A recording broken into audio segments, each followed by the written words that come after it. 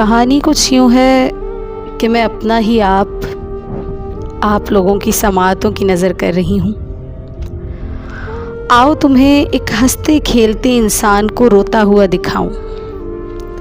आओ तुम्हें मिलाऊं उस इंसान से जिसने अपनी खुशियों की कुर्बानी महज इसलिए दी ताकि तुम खुश रह सको। आओ मैं तुम्हें बताऊं कि वो जिंदा लाश हमेशा कभी भी ऐसा ना था। उसे शोर से डर नहीं लगता था, उसको भी रौनकें पसंद हुआ करती थीं। तुम्हें पता है, वो भी अपने यारों के साथ कभी महफिलें सजाया करता था। आओ तुम्हें बताऊं कि उसके अंदर सादगी कहाँ थी।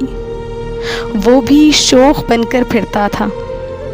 एक वक्त था उसे भी ज़माने के नए रिवाज, नई रस्में दिल को तस्कीन पहुंचाया करती थी।